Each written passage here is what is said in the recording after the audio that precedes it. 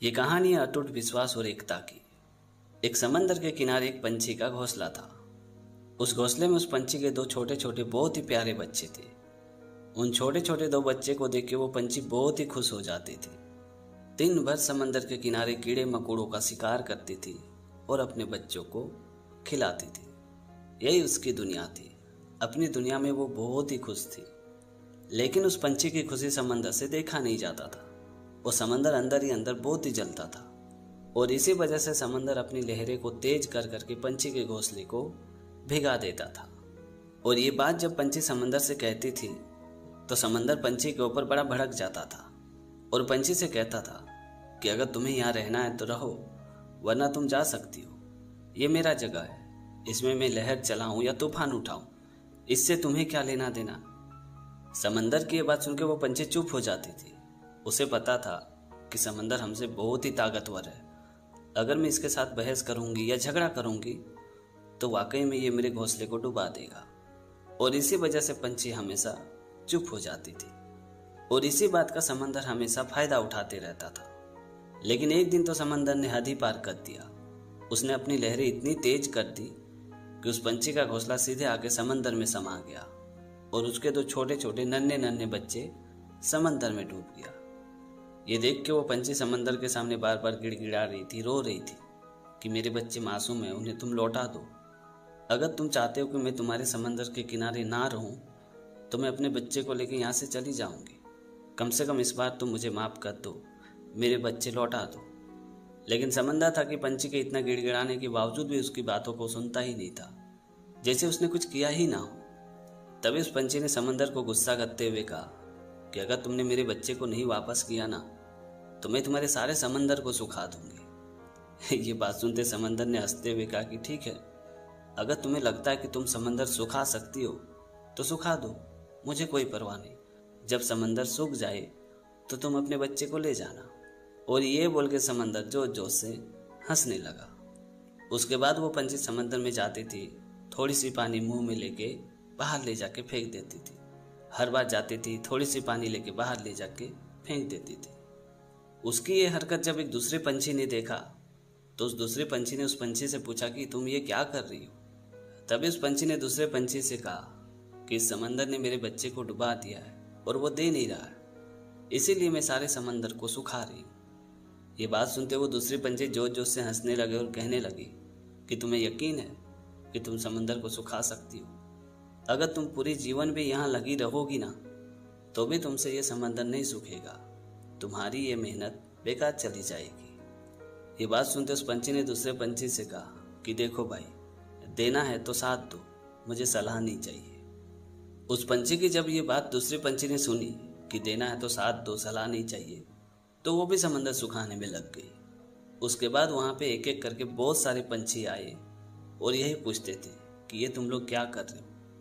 तभी वो पंछी कहती थी कि ये समंदर मेरे बच्चे को अंदर डुबा दिया है और दे नहीं रहा है, बस इसी वजह से मैं समंदर को सुखा रही हूँ। उस पंछी की बात सुन के हर पंछी यही कहते थे कि अगर तुम पूरे जीवन भी लगे रहोगे तो भी तुमसे ये समंदर नहीं सूखेगा, तुम्हारी ये मेहनत बेकार चली जाएगी। और हर बार वो पंछी यही कहती थी कि देखो भाई, देना है तो साथ दो, सलाह नहीं चाहिए। और ये बात जब दूसरे पंछी सुनते थे कि देना है तो साथ दो, सलाह नहीं चाहिए, तो वो भी समंदर सुखाने के काम में लग जाते थे।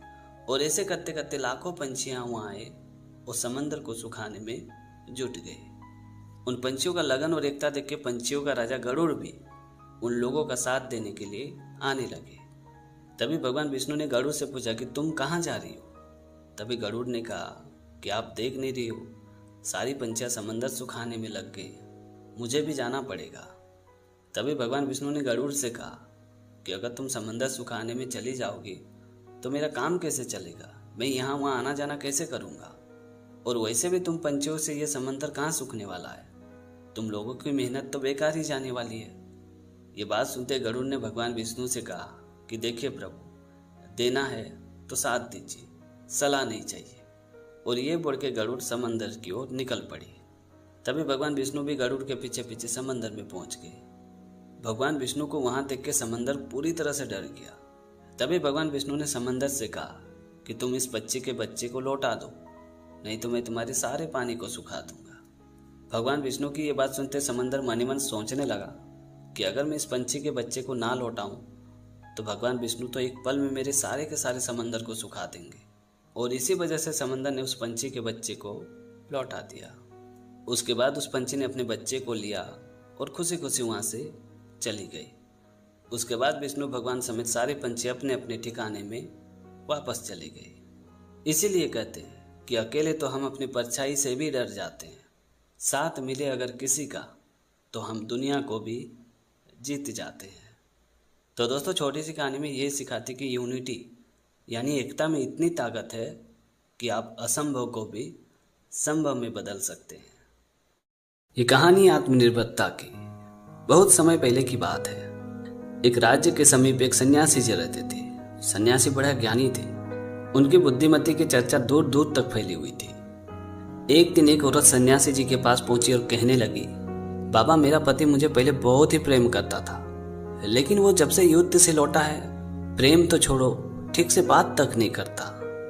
ये बात सुनते सन्यासी जी ने उस औरत की ओर बड़े विनम्र होकर देख के कहने लगे कि युद्ध लोगों के साथ ऐसा ही करता है, पता नहीं फिर भी लोग युद्ध क्यों करते हैं। तभी उस औरत ने सन्यासी जी से कहा कि सन्यासी जी, मैंने सुना कि आप लोगों को जड़ी बूटी देते हो, उस जड़ी बूटी से लोगों में फिर से प्रेम उत्पन्न हो जाती है। अगर ऐसा है तो आप मुझे वो जड़ी बूटी दीजिए। मैं आपसे हाथ जोड़ के विनती करता हूँ, मैं अपने पति का प्रेम दोबारा पाना चाहती हूँ। और ये बोल के वो औरत संत जी के सामने जोर जोर से फूट फूट के रोने लगी।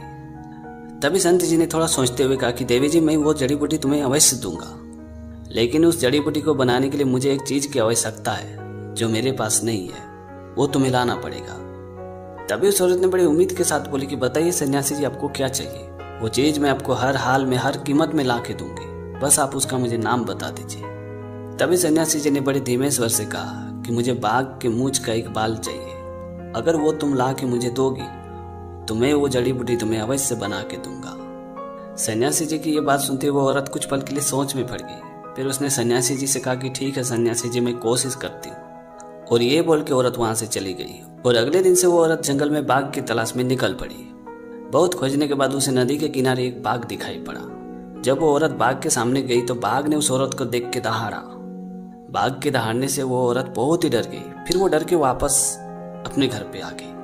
फिर अगले दिन वो औरत नदी के किनारे जाती थी और बाघ के नजदीक आने की कोशिश करती थी। फिर वो बाघ उस औरत को देख के दहाड़ता था। फिर वो औरत डर के वापस अपने घर पे आती थी। और ये सिलसिला कई दिनों तक चलता रहा। और महीना बीतते बीतते बाघ को उस महिला के आसपास होने की आदत पड़ गई। और अब वो बाघ उस महिला को देख के बिल्कुल नॉर्मल ही रहता था। बाघ को उस महिला की मौजूदगी से अब कोई फर्क नहीं पड़ता था। अब वो महिला बाघ के लिए मांस लाती थी और बाघ उसे बड़े चाव से खाता भी था। दोनों में धीरे धीरे दोस्ती बढ़ गई। अब वो औरत बाघ को छूती थी, उसके पीठ को थपथपाती थी। और देखते देखते आखिरकार वो दिन भी आ गया जब उसने हिम्मत करके बाघ की मूंछ की एक बाल निकाल ली।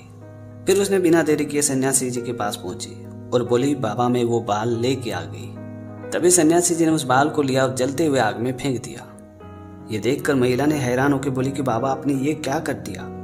आप शायद नहीं जानते हो कि इस बाल को लाने के लिए मैंने कितनी कोशिश की, कितनी मुश्किलों का सामना करना पड़ा, और तब जाके ये बाल मुझे मिली, और आपने इसे एक पल में जला दिया। अब मेरी जड़ी बूटी कैसे बनेगी? और ये बोल के वो महिला जोर जोर से फूट फूट के रोने लगी। तभी सन्यासी जी ने उसे समझाया कि अब तुम्हें किसी जड़ी बूटी की जरूरत बिल्कुल नहीं है। जरा सोचो, तुमने बाघ को किस तरह अपने बस में किया। जब एक खतरनाक पशु को धैर्य और प्रेम से जीता जा सकता है तो भला इंसान क्या चीज है। जिस तरह तुमने बाघ को अपना मित्र बना लिया, उसी तरह अपने पति के अंदर भी प्रेम भाव जागृत करने की कोशिश करो, तुम्हें सफलता जरूर मिलेगी। महिला सन्यासी जी की बात को समझ चुकी थी। अब उसे जड़ी बूटी की कोई जरूरत नहीं थी। तो दोस्तों, छोटी सी कहानी में ये सिखाती कि पूरी शिद्दत से कोशिश करने से हमें कामयाबी जरूर मिलती है। कामयाबी के लिए किसी की उम्मीद या आस की नहीं, बल्कि प्रयास की जरूरत है। इसलिए रिजल्ट अगर 100% चाहिए तो कोशिश भी 100% होनी चाहिए।